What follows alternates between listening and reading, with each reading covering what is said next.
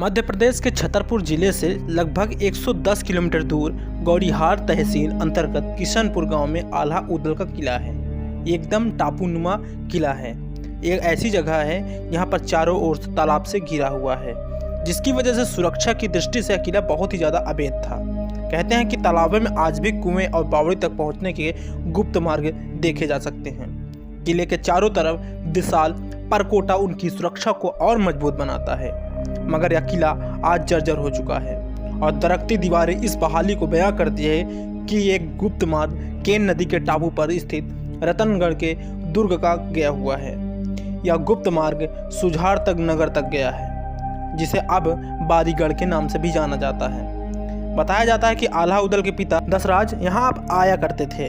तो दोस्तों, आज हम बात करने वाले हैं कि आल्हा उदल के किले के बारे में, जो कि है छतरपुर जिले में। उससे पहले अगर कोई व्यूअर्स पहली बार आया है चैनल को सब्सक्राइब करके बेल आइकन को प्रेस कर लीजिए, ताकि आने वाली वीडियो आप तक पहले पहुंचे और लगातार आप ऐसी वीडियो का आनंद लेते रहें। चलिए शुरू करते हैं और जानते हैं पूरी आल्हा और उदल की कहानी। दोस्तों, आल्हा उदल का जन्म यहीं हुआ था। जानकार यही बताते हैं कि किले के एक हिस्से में बने कमरे में आल्हा की छठी दीवार पर अंकित थी। इसमें साफ तौर पर आल्हा की छठी लिखा या गेरुए रंग का शिलालेख मौजूद है, मगर रफीना यानी जमीन में गड़ा खजाना खोदने वालों ने उस स्थान को खुर्द-बुर्द कर दिया। यह विशाल किला संरक्षण के अभाव में जर्जर और खंडहर हो चुका है और धीरे धीरे यह लगातार और भी खंडहर में बदलता जा रहा है। वहीं दफीना खोदने वालों की इस नज़र रही और किले के लगभग हर हिस्से में दफीना के चक्कर में लोगों ने खुदाई की। इस वजह से यहाँ किला बहुत ही ज़्यादा जर्जर हो चुका है। यहीं रहकर रियासत की निगरानी करते थे आल्हा उदल। वैसे तो माना जाता है कि कलयुग में आल्हा उदल आज भी जिंदा है, लेकिन यह भी माना जाता है कि आल्हा उदल यहाँ रहते थे और रियासत पर निगरानी करते थे। अपने पहले 10 पूर्वा के किले नाम से जाना जाता था यह किला।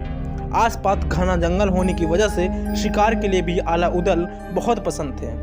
इसलिए कुछ किलोमीटर की दूरी पर आल्हा देवी माता का शक्तिपीठ है। यहीं पर आल्हा उदल पहुंचते थे और देवी माँ की आराधना की और आल्हा देवी माँ के परम उपासक थे। जब उन्होंने अपना यहाँ साधना की तो देवी माँ ने प्रकट होकर उनको दर्शन दिए। उसके बाद यहाँ पर इस स्थान पर मंदिर बना और नाम आल्हा माँ के नाम से विख्यात हुआ, जो कालांतर में अपभ्रंश होकर आल्हन देवी के नाम से भी जाना जाता है। उत्तर प्रदेश के महोबा में एक ऐसा अद्भुत स्थान है जहां से घोड़े में सवार होकर निकलने पर मनाही है। इस स्थान पर आते ही घोड़े के पांव खुद में खुद रुक जाते हैं। घोड़े से उतरकर घुड़सवार नमन करने के बाद भी यहां से आगे निकल सकता है। मान्यता यह भी है कि घोड़े से यदि कोई नहीं उतरा तो उसके आगे चलकर दंड भी मिल सकता है।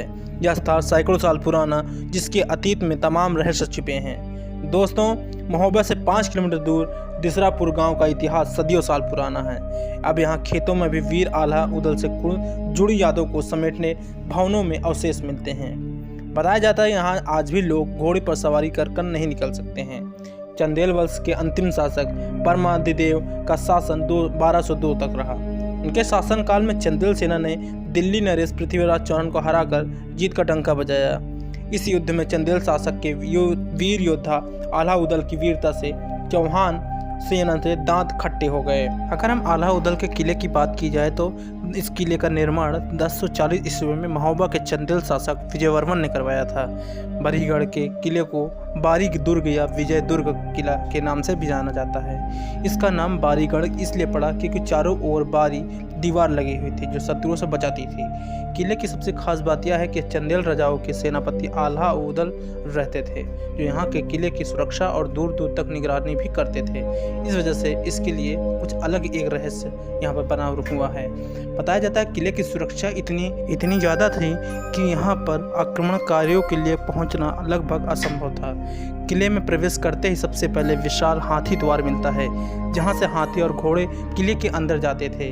किले के चारों ओर 12 किलोमीटर लंबी और 20 फुट से ज़्यादा ऊंची ग्रेनाइट की दीवार बनाई गई है। इस दीवार का निर्माण अकबर आक्रमण से बचाने के लिए किया गया है। इसके मजबूती की बात की जाए तो इसकी मजबूती काफ़ी की है। रात के अंधेरे में इसे भेदना काफ़ी कठिन है। बताया जाता है कि किले के भीतर एक तालाब भी था, जहां आल्हा और उदल नहाया करते थे। यह तालाब किले के इतिहास का एक महत्वपूर्ण हिस्सा था, लेकिन समय के साथ इसका अस्तित्व लगभग खत्म हो चुका है। वर्षों के गुजरने के बाद यह तालाब पर पूरी तरह से सूखा हो चुका है, लेकिन इसका ऐतिहासिक महत्व अब भी जिंदा है। कहते हैं कि किले के भीतर सबसे ऊंचाई पर आला उदल की दहलान बनी हुई है। यह दहलान किले के चारों ओर 20 किलोमीटर तक की निगरानी के लिए इस्तेमाल की जाती थी। इस जगह से दुश्मनों की गतिविधियों पर नजर रखी जाती थी। यह दहलान ईंट और चूने से बनी हुई है। इसमें 4 कमरे हैं, जिसे देखकर हर कोई चकित हो सकता है, क्योंकि इतनी ऊंचाई पर इतने बड़े महल का निर्माण आखिर हुआ कैसे, या असंभव था। बताया जाता है कि बरीगढ़ का किला ऊंचाई पर स्थित है। यह काफ़ी बहुत मुश्किल ही है, क्योंकि यहाँ पर किसी की बात नहीं है। किले की संरचना इसकी कठिन पहुँच से एक अद्वितीय और ऐतिहासिक धरोहर बनाते हैं। जो लोग यहाँ पहुँचते हैं उनकी विशालता और निर्माण शैली की देखकर चकित रह जाते हैं। यह किला न केवल चंदेल शासक की वीरता और प्रशक्ति का प्रतीक है, बल्कि बुंदेलखंड के इतिहास का एक अभिन्न हिस्सा भी रहा है। कहा जाता है कि आला उदल की कहानियाँ और उनकी वीरता आज भी यहाँ के पत्थरों और दीवारों में जीवित है, जो हर समय उनके एक अलग ही वीरता की गवाही देते रहते हैं। बताया जाता है और भी ऐसे कई रहस्य हैं जो आला उदल से, इस किले से जुड़े हैं, जो अभी तक दुनिया के सामने नहीं आ पाए हैं। सतना स्थित मैहर मंदिर में बताया जाता है कि आज भी आला उदल के होने का वहाँ पर प्रतिदिन प्रमाण मिलते हैं। बताया जाता है वहाँ पर मैहर के मंदिर में प्रतिदिन सुबह 4 बजे वहाँ पर आला उदल आकर माता की पूजा करके जाते हैं। सर्वप्रथम उनकी वही पूजा करते हैं आला उदल, ऐसी वहाँ की मान्यता है। इस वजह से आला उदल की आज भी यहाँ पर होने की संभावना जताई जाती है। बताया जाता है आला उदल को मां शारदा ने अमर होने का वरदान दिया है। उसी समय महोबा के महायोद्धा आला और उदल दोनों भाई कन्नौज के राजा मलखान धांधु और आला का पुत्र इंदल अपनी सेना सहित युद्ध करके लौट रहे थे। उनकी नज़र मां शारदा की मूर्ति पर पड़ी। इसके बाद सभी योद्धा अपने घोड़े से उतरकर मूर्ति के समीप गए और उन्हें प्रणाम कर उनके साथ ले जाने लगे। तभी मां शारदा ने एक आकाशवाणी की, जो अपने श्रेष्ठ पुत्र की बलि चढ़ाएगा वो उसे वही ले जाएगा। उन लोगों में आला का श्रेष्ठ पुत्र इंदल था। आला के कहने पर यहाँ पर मलखान ने अपनी तलवार निकालकर इंदल के सिर की बलि माता के चरणों में समर्पित कर दी। माता उन पर बहुत प्रसन्न हुई और इंदल को पुनः जीवन दान दिया।